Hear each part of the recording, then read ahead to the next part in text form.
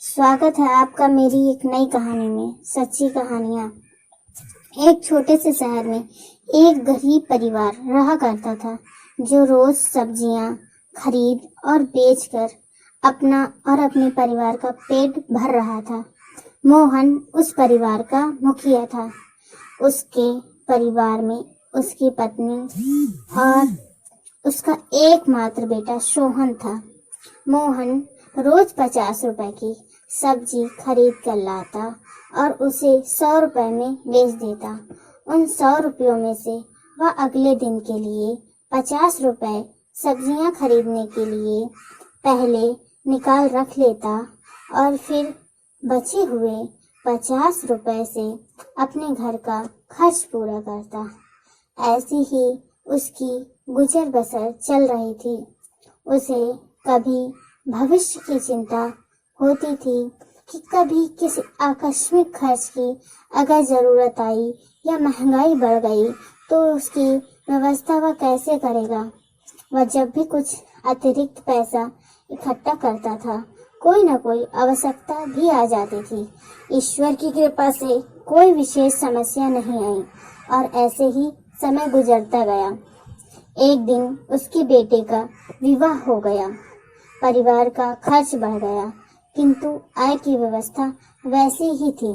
मोहन ने एक दिन अपने बेटे को बुलाकर कहा, बेटा, मैं अब बूढ़ा हो रहा हूँ। तुम चाहो तो जो काम मैं करता आ रहा था उसे ही संभाल सकते हो या फिर कोई और धंधा करके जीवन चला सकते हो। मेरे धंधे को ही अगर चलाना चाहो तो उसका सबब ले लो कि प्रतिदिन 50 रुपए की सब्जियां ले आना और उनको 100 रुपए में बेचना। इतना अवश्य याद रखना कि पहले उन 100 रुपयों में से अगले दिन के धंधे के लिए 50 रुपए निकालने के बाद ही खर्च के लिए रुपए निकालना है। जो भी खर्च करना है वो मुनाफे के पैसे से ही करना है। कभी भी अगले दिन के व्यापार के लिए बचाए जाने वाले पैसे में से कोई खर्च मत करना। इसी सबक को याद करके मैंने अपनी जिंदगी काटी है और तुम्हें भी बता रहा हूँ। अब मैं तीर्थाटन में जाऊंगा और लौटने पर अपने गुरु के पास रहूंगा। कभी कोई बहुत बड़ी मुसीबत आ जाए और कुछ समाधान ना मिले तब मेरे पास आना, वरना छोटी मोटी समस्या खुद से ही सुलझा लेना। बेटे ने व्यापार का सूत्र समझकर पिता को आश्वस्त किया कि वह उनकी आज्ञा का पालन करता रहेगा। फिर मोहन निश्चित होकर अपनी धार्मिक यात्रा पर निकल पड़ा। अब उसका बेटा भी वैसा ही करता जैसे मोहन ने बताया था। उसकी जिंदगी शांति से गुजरने लगी थी। एक दिन मोहन के बेटे की पत्नी ने रात्रि होने पर उससे मिठाई खाने की इच्छा बताकर ले आने को कहा। मोहन का बेटा सोचने लगा कि अगर मिठाई खरीदनी होगी तो खर्च के रुपए तो आज समाप्त हो चुके हैं, परंतु अब पत्नी ने कुछ खाने को आज कहा है तो उसे पूरा करना भी उसी का दायित्व है। उसने अगले दिन के व्यापार के लिए रखे 50 रुपए में से ही मिठाई खरीद लाने की योजना बनाई। उसने सोचा कि 5 रुपए में कुछ नहीं होगा और मिठाई ले आया। उसकी पत्नी बहुत प्रसन्न हुई, किंतु उस दिन उसके 55 रुपए खर्च हो गए थे और अब 45 रुपए ही व्यापार के लिए बच पाए थे। वह अगले दिन 45 रुपयों की ही सब्जियां ले आया और 90 रुपए में बेच दिया, किंतु 50 रुपए का उसके घर का खर्चा नियमित था, तो अगले दिन के धंधे के लिए केवल 40 रुपए ही बच पाए। अगले दिन सोहन 40 रुपए की सब्जी लाया, जिसे 80 रुपए में बेचने पर 50 रुपए घर का खर्चा निकालने पर अब 30 ही रुपए बच रहे थे। 30 रुपए देखकर अब सोहन को चिंता होने लगी।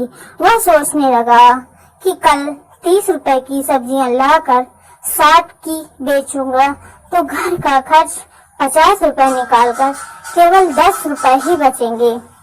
अब उसे पत्नी को मिठाई खिलाने के लिए अपने धंधे की राशि खर्च करने का निर्णय लेना गलत लगने लगा।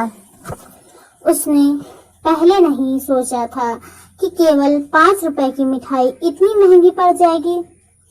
उसे अपने पिताजी का सबक याद आने लगा कि सबसे पहले सब्जियों को खरीदने के लिए रुपए को अलग रखना, लेकिन उसने तो उसमें से 50 रुपए खर्च करके गलती कर दी है। अब आने वाले कल की सोच पर सोहन को नींद नहीं आ रही थी। कोई और उपाय ना देखकर उसे फिर अपने पिताजी की कही यह बात भी याद आ गई कि जब तुम बहुत बड़ी मुसीबत आए तो मेरे पास आना। रात को ही सोहन अपने पिता से मिलने निकल पड़ा। पिताजी को उसने सारी बात बता दी। बेटे की बात सुनकर मोहन पहले तो नाराज हुआ, फिर बोला, अब लौटकर घर जा और घर में सबको बोलना कि आज सब मिलकर लक्ष्मी माता का निराहार व्रत रखेंगे, जिससे लक्ष्मी जी की कृपा होगी। सोहन ने ऐसा ही किया और घर जाकर सबको अगले दिन व्रत रखने के लिए कहा। फिर वह 30 रुपए की सब्जियां लाया जो 60 रुपए की बिकी।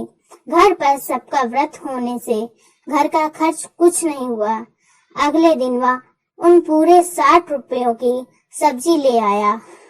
अब उन्हें बेचने से 120 रुपए की आमदनी हो गई और उसमें से 50 रुपए खर्च निकालने पर भी सोहन के पास 70 रुपए बचे थे। अब उसने इन 70 रुपयों की सब्जियां लेकर उन्हें 140 की बेची तो घर का खर्च निकालकर सोहन के पास 90 रुपए बचे थे। अब सोहन की आमदनी बढ़ती जा रही थी। अब वह मिठाई भी ला सकता था। धीरे धीरे वह बेहतर जिंदगी जीने लगा। इस तरह पिता की सलाह से सोहन की जिंदगी ही बदल दी। असल जिंदगी में हर कोई मोहन और सोहन है। अपनी इच्छाओं को मारना ही व्रत है। लोगों को ऐसे ही मिठाई खाने का मन करता है, अर्थात गाड़ी, घर, दैनिक आनंद की जिंदगी में जरूरत के पैसे बिना आमदनी को सोचे ही खर्च कर देते हैं और फिर जिंदगी वही ठहर जाती है। अगर हम कुछ समय के लिए अपनी इच्छाओं को नियंत्रण में कर लें तो आगे की जिंदगी बेहतर हो सकती है। ऐसी और प्रेरणादायक कहानी सुनने के लिए